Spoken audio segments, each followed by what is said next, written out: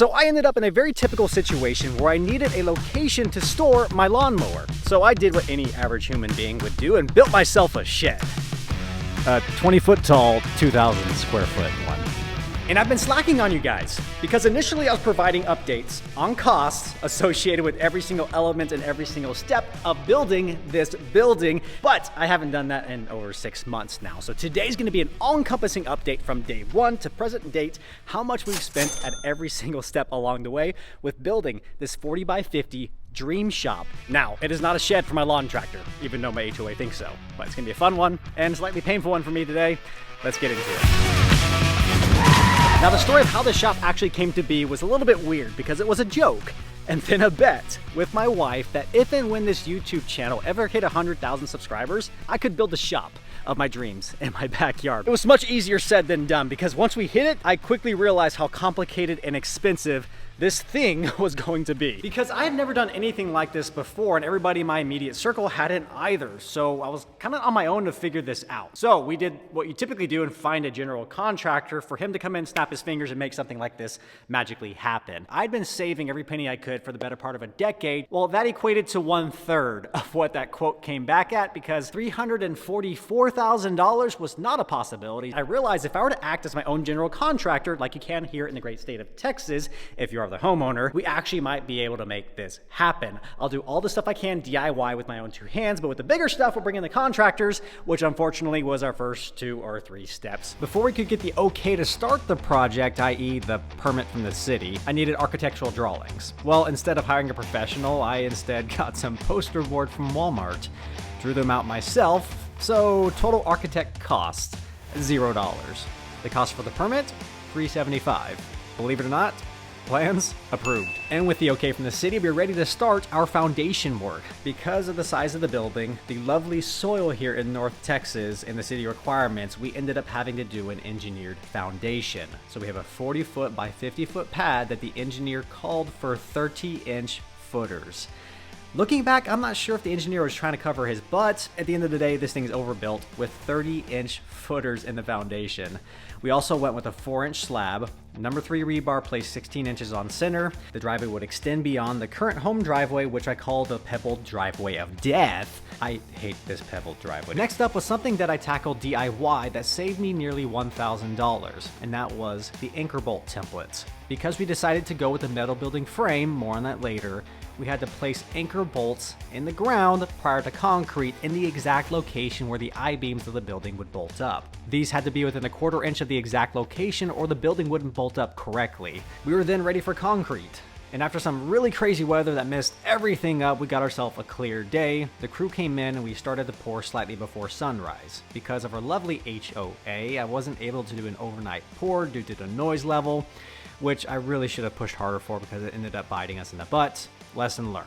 Towards the end of the pour, temperatures exceeded far beyond 100 degrees, but we got it done, and dang, did it look sweet. After a few weeks, we got a drive on it, and in the meantime, the skeleton of the dream shop got delivered.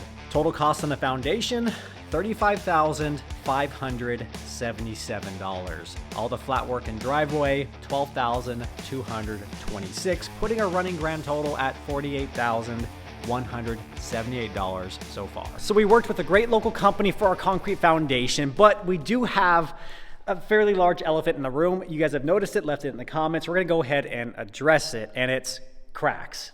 You know what's even more annoying than cracks in your concrete? Hey, did you know the term spam used for unwanted calls and messages originated in the 1970s from a Monty Python TV skit?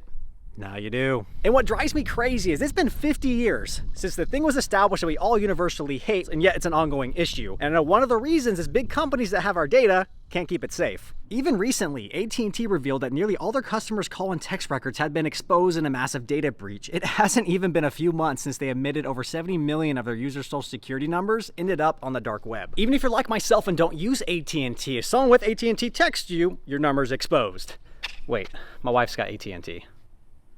It's a good thing she never talks to me. Even with all of that, I'm not at all concerned because I use Aura, the sponsor of today's video, that's gonna alert me if they find my phone number or any other sensitive information compromised. They give me fast fraud alerts if anybody tries to use my data to access credit or bank accounts. In addition, I get VPN, which is gonna come in handy tomorrow as we fly out to Miami to the all-new Corvette ZR1 reveal. I'm excited for that. You get a wealth of other services like transaction monitoring, parental controls, identity theft insurance, and you can get AI-powered tools to answer calls for you and screen them so you're not wasting your time with spam. So I'm not leaving myself or my family vulnerable to any data breaches, and if you don't want to either, you can go to aura.com/LoneStarHawaiian and try your first 2 weeks for free, also linked in description below. And thank you again to Aura for sponsoring today's video. Back to this concrete.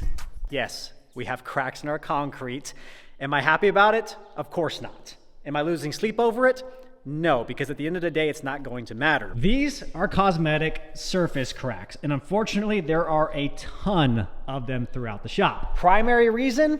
I okayed the concrete pour on a day it was 103 degrees. Definitely not the wisest idea, but I didn't know any better going into it. So chalking it up to learning, the reason it won't matter at the end of the day, because we're going to epoxy the entire garage floor anyways. When we did our initial garage build on our home garage, we had a bazillion surface cracks there as well. I patched all those cracks, we epoxied the floor, not one has come back. End of the day, it's not going to matter, but until then, you're going to see surface cracks, but we're gonna deal with it down the line. That was a lot of money out of the pocket, so we'll check that off. Next up was the skeleton of this structure, or the metal building. I came up with a crazy idea after watching way too many YouTube videos to do a hybrid type of Barndominium. The reason being, I wanted a completely open interior. I wanted to put a basketball hoop in here. I want to be able to lift trucks as high as I possibly want. In order to do that, the easiest way was to not go with a stick-built truss system, but to lean on the skeleton of a metal building. Our local company, M2 Steel Systems, helped me design this, set it up, pieced out, and said good luck, because the rest of it was up to me. This was a custom ordered building. 2 foot on center purlins, 2 foot overhang on the front. I went ahead and paid to have the building erected by the metal building company. Given the size, height, span, and weight of these I-beams, this is one that my wife and I actually agreed that I would probably end up falling 20 feet to a concrete floor if I tried to do this myself. However, I called the next one. The next building we build, we're gonna do it ourselves. Final cost to design, deliver, and erect the metal building frame. $39,769. Fortunately, the most expensive part of building this dream shop was done, leaving our running total at $87,947. And if you guys are enjoying the videos in this dream shop build, do me a huge favor, scroll down and hit that subscribe button below, because for today and today only, it's absolutely free. I'm just kidding, it's always free. And you might ask yourself, you crazy Hawaiian Texan, why didn't you just go with a metal building? I wish I could, but I can't. Because just on the other side of this shop is a gravel road. On the other side of that gravel road is outside of city limits, which means we are in city limits. And because we are in city limits, I have certain ordinances and rules I have to obey to build a structure like this. One of them being the exterior of the building has to match the exterior of the main dwelling, which is brick. In addition, I live in a homeowners association, which one of the rules requires me to have a roof that matches the main dwelling, which is asphalt shingle. In order to do that, we had to sheathe the roof. In order to sheathe the roof, we had to put all those purlins at 2 foot on center. But before we did all of that, we decided to close off the back end and bring some dirt in to protect our newly paid for foundation.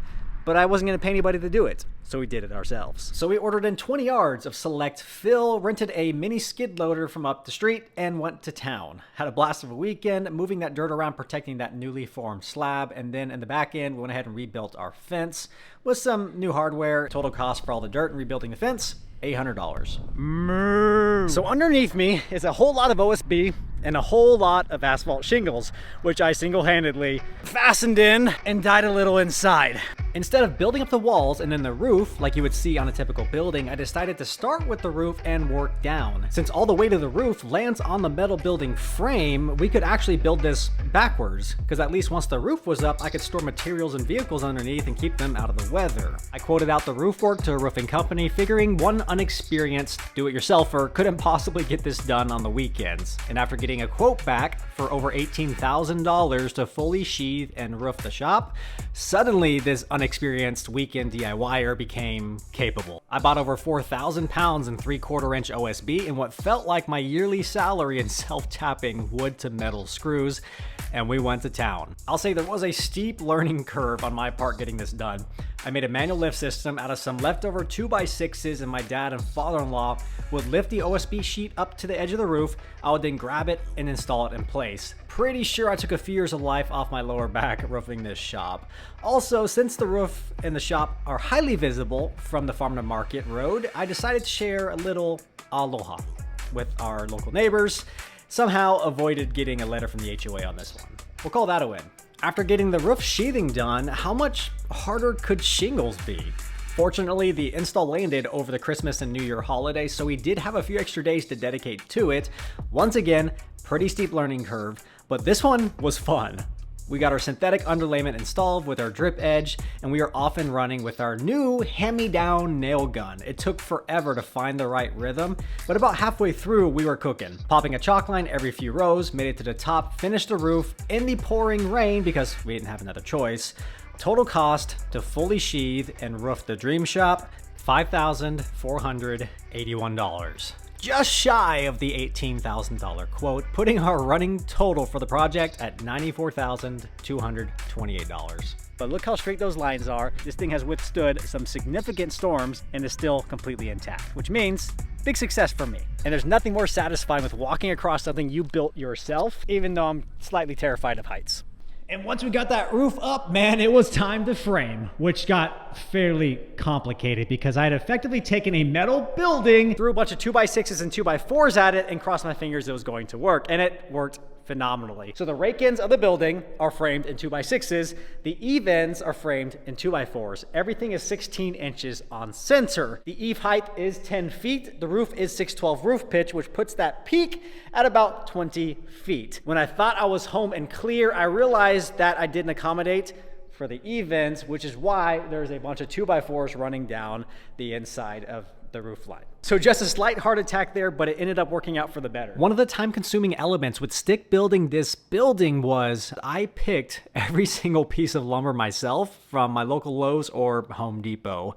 And yes, we paid more per unit by doing it this way, but I had made the mistake previously by bulk ordering lumber only to find that half of what was delivered was so warped I couldn't even use it. And since I needed to transport 16 20-foot boards all the way home, my dad and I came up with a brilliant solution called spare wood made into a bed rack. So after dozens of trips and hundreds of framing nails, total cost to stick build the dream shop, including the 2x4 screwed into the underside of the purlins to allow the walls a secure location to fasten into, $1,466, bringing our running total now to $95,694. oh, and then it was time for our wall sheathing. Here's some of the remnants. We have Georgia Pacific, Force Field, and my Shadow right there. Hi, Shadow. We scored big time on wall sheathing. I was watching lumber prices the entire time I was completing the roof, waiting for the perfect time to order, and given the bipolar nature of construction material prices as of late, zip system was way too expensive. Regular OSB could have worked, but I didn't want to try and wrap the entire structure in Tyvek. And then Georgia Pacific Force Field price suddenly dropped to $16 a sheet. 7/16 inch OSB with the pre-applied weather barrier. We got the entire building sheathed, including the front once we finalized the size of the overhead door and built a massive header and safely and effectively installed it 14 feet in the air. Total cost to sheathe the dream shop, including all the fasteners and tape, $1,362, bringing our running total now to just over $97,000. Next up, windows and doors. Windows were an interesting purchase. Given how bloody hot it is here in Texas, I wanted to have insulated windows. Pella wanted between $500 and $1,000 per window. I found an alternative, insulated, at my local Lowe's for about $170 to $190 a piece, depending on size. When it was time to install them, I had an excuse to buy another tool, my router tool. And after several hours of swimming in sawdust and destroying a very expensive router bit, we cut out and then installed our first few windows. We then survived a tornado, and then we installed the rest. When I bought my doors, I got lucky with the front door because I came across one that was on clearance for less than $200. It was originally over $800. The side door, I bought a steel one, and it was kind of cheap at $297. And the side one, I'm not too happy with. Now, several of you guys have brought up a concern with our side door over here. We decided to go out swinging to save space on the inside. However, a lot of you have pointed out that our hinges are now exposed to bad guys. We actually might be pivoting from this door to a different type here in the near future, but we also have the option on swapping these hinges out for more secure hinges. At the end of the day, bad guys, they're bad guys. But fortunately, laws in Texas lean towards the homeowner versus the criminals, so don't trespass in Texas, guys. I'll just tell you that. Cost of all the windows and doors, $2,099, bringing now our running total to $99,155. Oh, and last but not least was this beast right here, which we need to finish it before I tell you all about it. My goodness, I'm falling everywhere. When we purchased our door, because of the crazy weather we've been having here in North Texas, I decided to buy an upgrade to a wind-rated door. With that, you get additional support struts that go on the back of the door, which we have not yet installed. In addition, we have the trim that goes across the front. And lastly, we are going to be taking a little tension out of our garage door springs. The garage door called for 10.6 rotations on both sides with spec on the door. They're too tight. This door shoots straight up once I unlatch it, so we're gonna take a little tension out of the door after the weight is applied so we can find that perfect balance between the two. When it came to ordering the garage door, I got several quotes, and the price point was all across the board. I wanted an insulated door because the building does face in the westward direction. If you guys know buildings in Texas in the afternoon, the west side of your building, it's very warm. Now, given that, for a commercial roll-up insulated canister door, they wanted over $20,000. That wasn't going to happen, so I found an alternative from Clopay, fully insulated core, an R value of over 18, delivered to my location for under $4 grand. Now, one thing I haven't talked about, but will be included in our running total, is our rolling driveway gate. We were able to knock this thing out for $532. I'll link this video in the description below if you want to see more about this. So cost for the garage door, not $20,000. We actually got it done for just over $4,000 with the install and all the trim, $4,067, which puts our grand total for the building as it sits here today at $103,754. There's a reason I didn't want to make this video or do this calculation, and I think this is it. That hurts. But in all reality, if you go back to the initial quote I got from the general contractor, that quote was for a 36 by 48 building. So it was a smaller building, stick-built frame, no big high clearance ceiling or anything, for $344,000, which begs the question as what's next for the shop. Number one is electrical. The reason we're making this video today and not doing something on the shop is because I'm waiting on the city to approve my electrical plans. I provided them all the information. They waited 10 days to respond, and they said, "Thank you for sending, we'll review them." And it's been 3 weeks since then. Once that's approved, we're diving in head first on electrical. We're gonna do a little bit of interior work, get some lighting up, and then the beast, the exterior of the building. We have a lot of masonry work coming up and a lot of learnings for me. I'm a little bit excited, but a little bit terrified. And when I was putting numbers together, preparing for this video, I was watching videos back when we initially started this project and looking back and remembering knowing nothing of what this process would look like on how to do any step other than nailing two boards together. At this point, as I stand here today, the $103,000 is nothing compared to the learnings and skills I've gained in this project, and it's all thanks to you guys. Without you guys watching these videos, this dream shop would not be here today. If you're enjoying the videos and haven't subscribed yet, please scroll down, hit that subscribe button below, help me get to this 200,000 subscriber benchmark. Thank you again so much. As soon as the city approves my electrical plans, we'll be back out here digging a big trench and running some electrical. Till that moment, we'll catch you guys in a few days for that next video. Ahui ho, aloha.